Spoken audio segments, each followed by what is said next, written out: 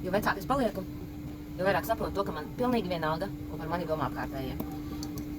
Viņiem nav jāmaksā mani rēķini, viņiem nav jādzīvo mana dzīve. Tāpēc es daru to, kas ir labs priekš manis, nevis priekš apkārtējie. Vai nosoda, vai dara kā grib, bet es daru tā, kā ir labāk man.